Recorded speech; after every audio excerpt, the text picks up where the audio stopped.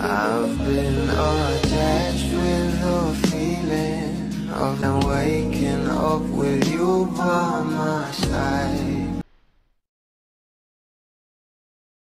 Alam naman natin na itong ang ating couple ay hindi nga natin nakikitang magkasama ngayon.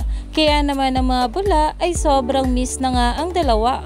Kaya naman ngayon ay meron ngang event itong ating Bel Mariano sa Davao. At ang pamilya naman ng ating Donnie ay nasa Cebu. Pero ito na nga guys ang pag-uusapan natin.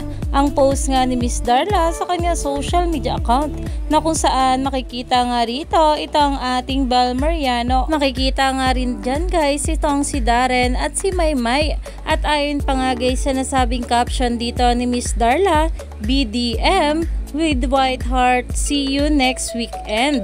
Iyan na nga guys na kung saan ay may aabangan nga tayo sa susunod na linggo at makikita na nga natin itong ating Bel Mariano sa ASAP. Kaya naman umani pa nga ito ng maraming komento at pinag-uusapan na. Stay tuned lang tayo for more update kila Donnie at Bel sa mga susunod pa na ayuda. Dahil marami pa nga talaga tayong dapat abangan sa ating couple ngayong araw.